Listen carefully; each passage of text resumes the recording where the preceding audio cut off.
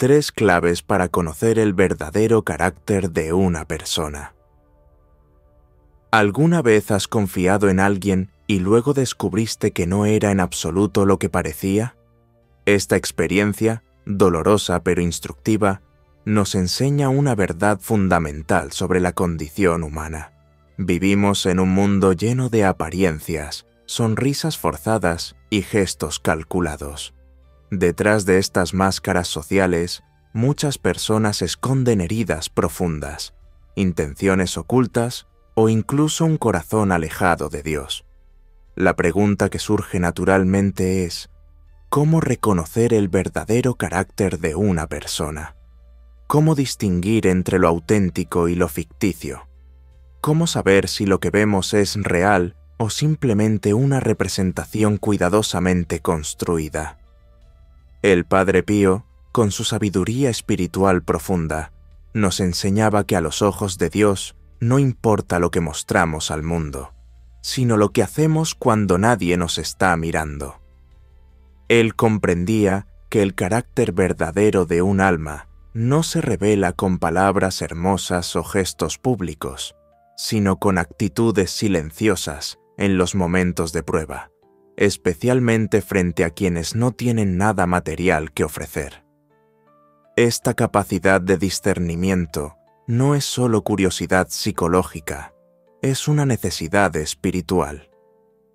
En nuestro camino de fe necesitamos comprender quiénes son realmente las personas que nos rodean, no para juzgarlas, sino para saber cómo relacionarnos con ellas de manera auténtica y constructiva. Hoy descubrirás 3 actitudes fundamentales que revelan profundamente quién es realmente una persona. Más importante aún, reflexionarás sobre lo que estas actitudes dicen de ti mismo. No estamos aquí para emitir juicios severos, sino para aprender a discernir con sabiduría. Porque cuando aprendemos a ver con los ojos de la fe, nos damos cuenta de que los verdaderos valores se esconden en los gestos simples, en los momentos difíciles y en la integridad silenciosa del alma. Primera clave: ¿cómo trata a los más vulnerables? La primera gran clave para conocer el verdadero carácter de una persona es simple pero extraordinariamente reveladora: observar cómo trata a los débiles y vulnerables. No nos referimos a cómo una persona se comporta ante un jefe, un líder influyente o alguien que puede ofrecerle prestigio, dinero u oportunidades profesionales. Hablamos de su comportamiento hacia quienes no tienen nada material que ofrecer: los humildes, los enfermos, los pobres, los ancianos abandonados, los niños, quienes sufren en silencio sin voz para defenderse. El Padre Pío expresaba esta verdad con palabras que tocaban el alma. Ayudando a los más necesitados, es a Cristo mismo a quien tocamos con nuestras manos. Esta frase, profundamente inspirada en las palabras directas de Jesús: todo lo que hagáis por uno de estos pequeños, a mí me lo hacéis. Mateo 25, 40. Revela un secreto espiritual fundamental. Nuestro trato hacia los más frágiles revela exactamente cuánto amamos realmente a Dios. Reflexiona honestamente sobre esto. ¿Cómo te comportas cuando alguien vulnerable necesita tu ayuda? ¿Ofreces atención genuina, afecto sincero, paciencia ilimitada? ¿O actúas con impaciencia apenas disimulada, desprecio sutil o indiferencia fría? El modo en que tratamos a un niño inquieto durante la misa, a un anciano que camina lentamente en la fila del supermercado, a un mendigo que extiende la mano temblorosa en la calle. Todo esto revela el estado real de nuestra alma y, sobre todo, cuánto nuestro corazón está verdaderamente unido al corazón misericordioso de Cristo. Muchas personas utilizan palabras hermosas y elaboradas para expresar su fe. Participan en ceremonias religiosas y hablan elocuentemente sobre el amor cristiano. Sin embargo, como enseñaba constantemente el Padre Pío, la verdadera caridad se demuestra en el sacrificio silencioso y cotidiano, no en las palabras pronunciadas en público o en los gestos teatrales. Él mismo fue un ejemplo viviente y conmovedor de esta verdad. A pesar de sus constantes dolores físicos causados por los estigmas y los múltiples problemas de salud que lo aquejaban, nunca dejó de ocuparse con dulzura infinita de las personas más sencillas y humildes. Pasaba horas interminables en el confesionario, escuchando a los más humildes y analfabetos con la misma atención reverente, el mismo respeto profundo y la misma dedicación completa con la que trataba a sacerdotes eruditos, obispos importantes o autoridades civiles. Para él no existía el concepto de pequeño a los ojos de Dios. Este es el signo distintivo del verdadero cristiano. No medir a nadie por su aspecto físico, su influencia social, sus bienes materiales o su posición en la sociedad, sino por su valor intrínseco como hijo amado de Dios, creado a su imagen y semejanza. Segunda clave: la reacción ante la adversidad. La segunda clave fundamental para entender el verdadero carácter de una persona reside en cómo reacciona frente a la adversidad, no en los días de calma y prosperidad, sino en las tormentas inevitables de la vida. Cuando todo marcha bien, es relativamente fácil parecer equilibrados, amables, comprensivos e incluso profundamente espirituales. Pero es precisamente en las pruebas más duras, cuando estamos bajo presión extrema, cuando sufrimos una injusticia flagrante, cuando algo nos hiere en lo más profundo o cuando todo parece salir terriblemente mal, cuando el alma se revela en su desnudez más completa. El Padre Pío, un hombre que literalmente llevó los dolores de Cristo en su propio cuerpo a través de los estigmas, comprendía esta verdad mejor que nadie. Solía decir con convicción profunda: la verdadera fe no florece en ausencia de sufrimiento, sino precisamente en su presencia. Él enfrentó calumnias crueles, enfermedades debilitantes, persecuciones inexplicables incluso de parte de la misma Iglesia que amaba, y sin embargo, permaneció inquebrantablemente firme en la oración constante, la obediencia humilde y la confianza absoluta en la voluntad misteriosa pero amorosa de Dios. Nunca respondió con odio, nunca se dejó consumir por la amargura tóxica, nunca se rebeló contra la providencia. En lugar de eso, transformó milagrosamente el dolor en ofrenda generosa, el silencio forzado en elocuencia espiritual, el sufrimiento incomprensible en fe inquebrantable.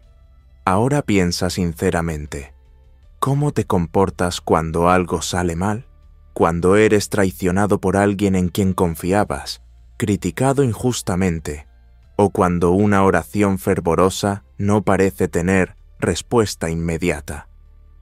Te abandonas a la desesperación, te quejas amargamente, te rebelas contra Dios, culpas a los demás de tus problemas, o recurres inmediatamente a la oración humilde y la confianza renovada. La forma específica en que reaccionamos ante los desafíos de la vida es un termómetro preciso de nuestra espiritualidad real.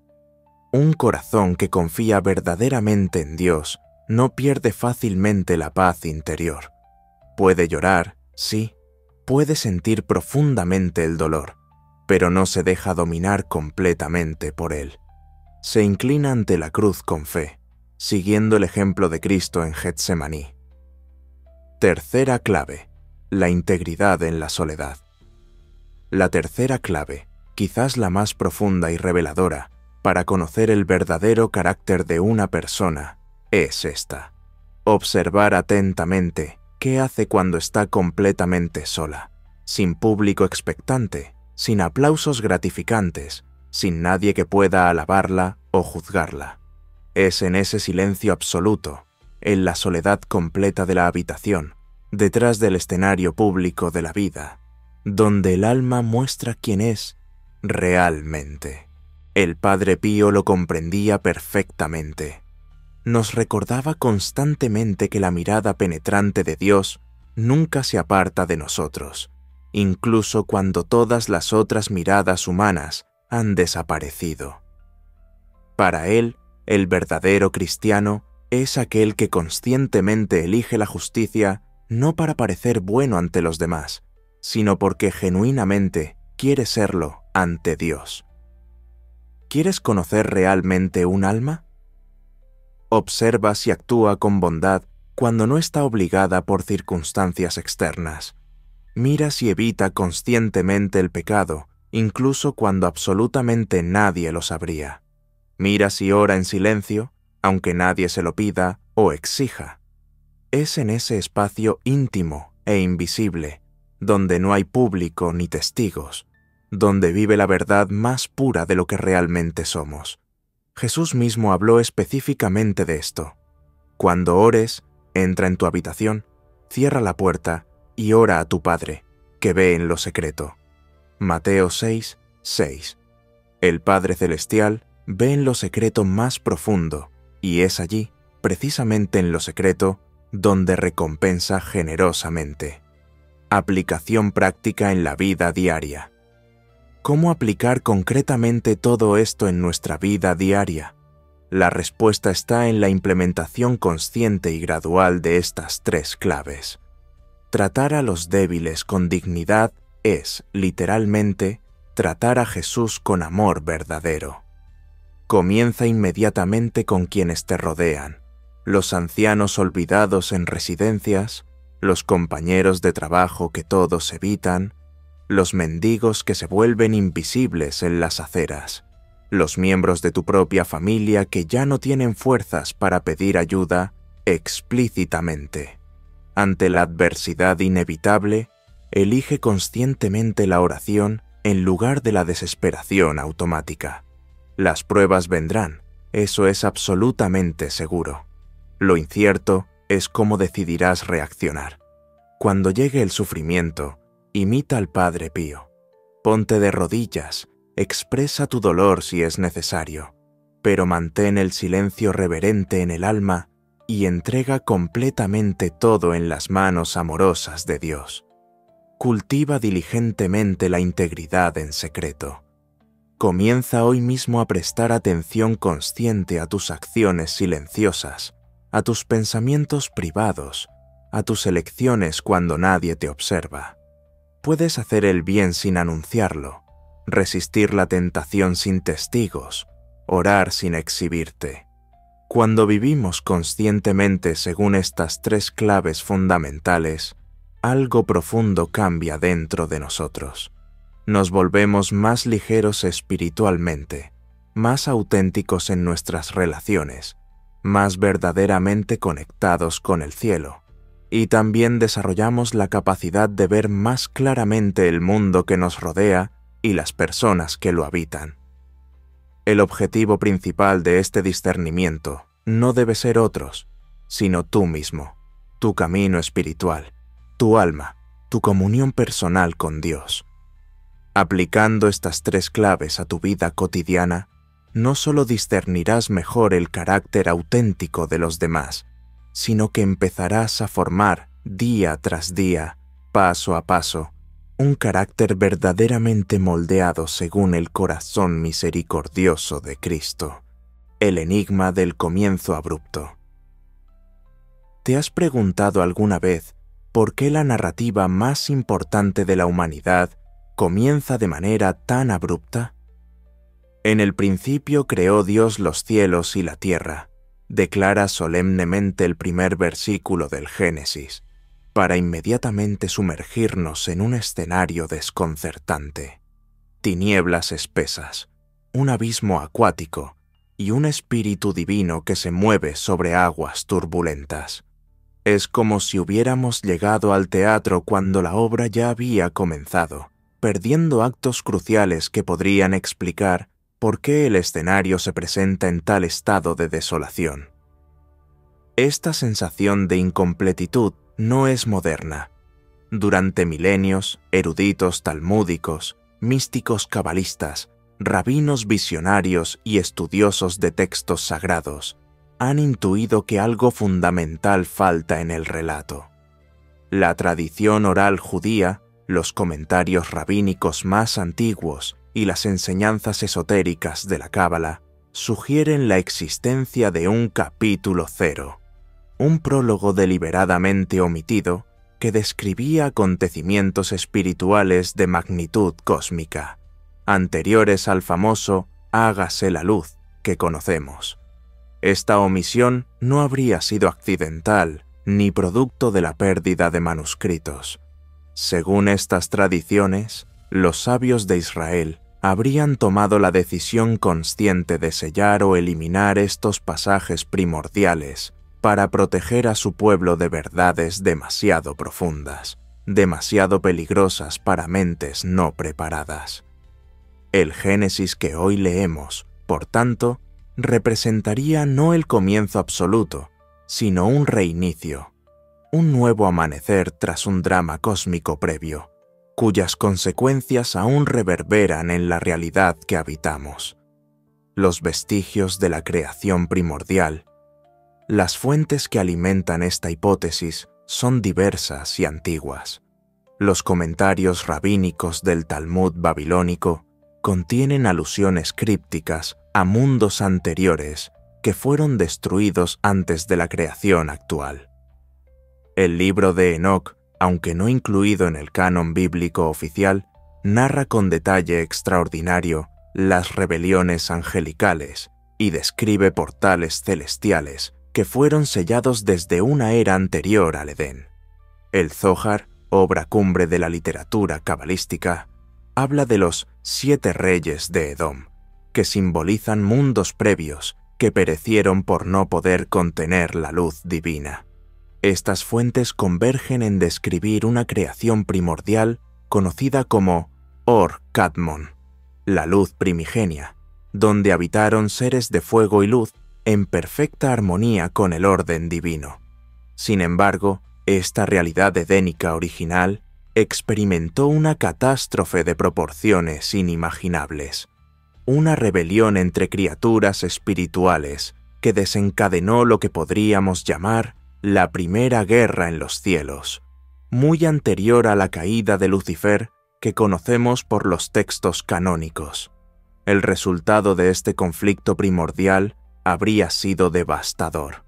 El caos resultante obligó al Creador a aplicar un juicio que no solo destruyó a los rebeldes, sino que aniquiló la estructura misma de aquella realidad. Los mundos fueron sumergidos, las dimensiones colapsaron, y de todo aquel esplendor solo quedaron escombros flotando en un océano abismal. Es sobre estos restos, sugieren los místicos, donde Dios decide construir una nueva creación, nuestro universo físico. La doctrina de la Shevirat HaKelim. En la mística judía, estas ideas cristalizaron en una de las doctrinas más profundas y complejas de la Cábala, la Shevirat HaKelim, o ruptura de las vasijas.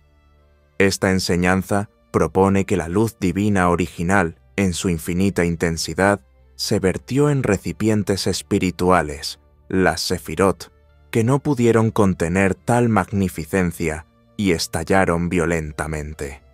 Isaac Luria, el gran cabalista del siglo XVI conocido como el Ari, desarrolló esta doctrina hasta convertirla en el eje de su sistema cosmológico. Según Luria, las chispas sagradas de aquella explosión primordial quedaron dispersas por todo el cosmos, algunas elevándose hacia las esferas superiores, otras cayendo hacia los mundos inferiores, y muchas quedando atrapadas en las cortezas del mal, las clipot, que se formaron de los fragmentos de las vasijas rotas. Esta perspectiva revolucionaria redefine completamente el propósito de la creación física. Nuestro mundo material no sería la primera creación, sino la segunda oportunidad, un escenario cuidadosamente preparado para que el ser humano, especialmente Adán, el primer hombre, colaborara en la grandiosa tarea de reparación cósmica. La misión humana, conocida como Tikkun, consistiría en reunir las chispas sagradas dispersas y devolverlas a su fuente original, sanando así un universo que había sido herido antes, incluso de su nacimiento físico. El simbolismo de las aguas primordiales. Bajo esta óptica, elementos aparentemente simples del relato del Génesis adquieren profundidades simbólicas extraordinarias. Las aguas sobre las cuales se mueve el Espíritu de Dios no serían simplemente un elemento primordial, sino la memoria líquida de la catástrofe anterior.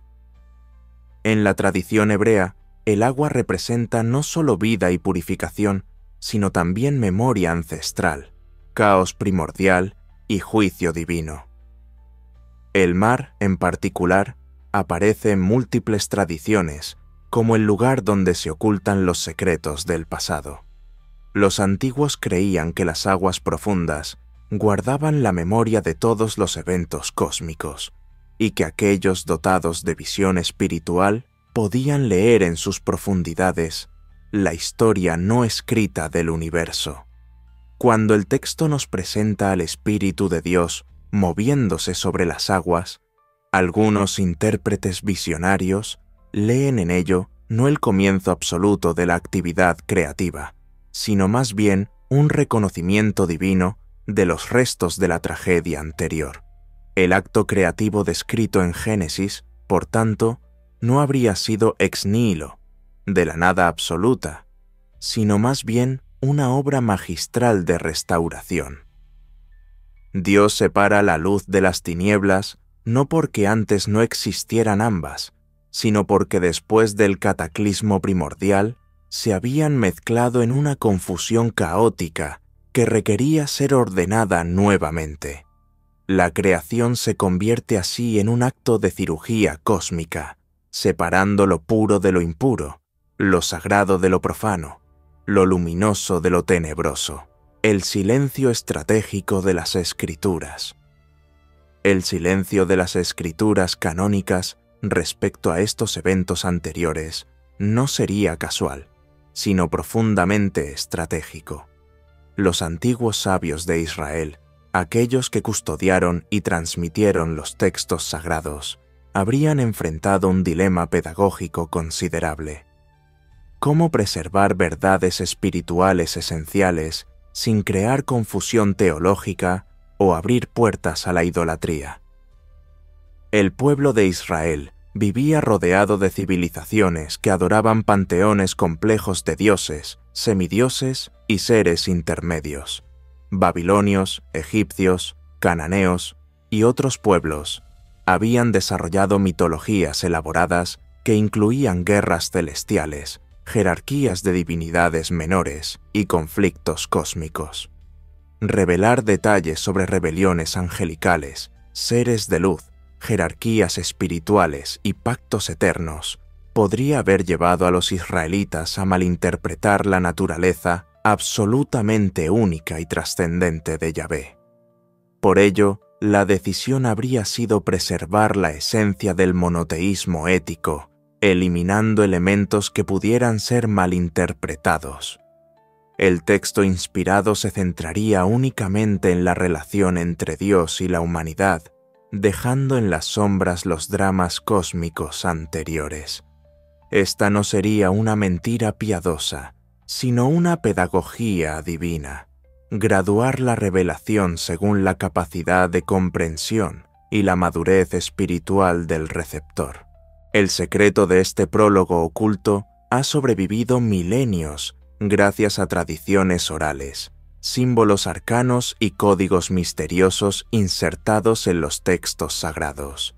La palabra hebrea Bereshit puede leerse como «con sabiduría creó», insinuando profundidades que trascienden la lectura superficial. Los cabalistas aseguran que cada letra, cada espacio en blanco del texto hebreo, alberga capas infinitas de significado que revelan la historia no escrita para quien se adentra con fe, humildad y perseverancia. En definitiva, el misterio del comienzo perdido se transforma en una invitación permanente. Descubrir nuestra parte en el gran relato, colaborar conscientemente en la restauración universal y prepararnos para el momento en que todos los sellos sean rotos y la narrativa completa sea finalmente revelada. Porque, como enseñan los antiguos, el verdadero final no llegará hasta que se ilumine completamente el principio que quedó en sombras y la creación entera, visible e invisible, física y espiritual, resuene una vez más con la plenitud de aquella luz primordial que existía antes de todo caos.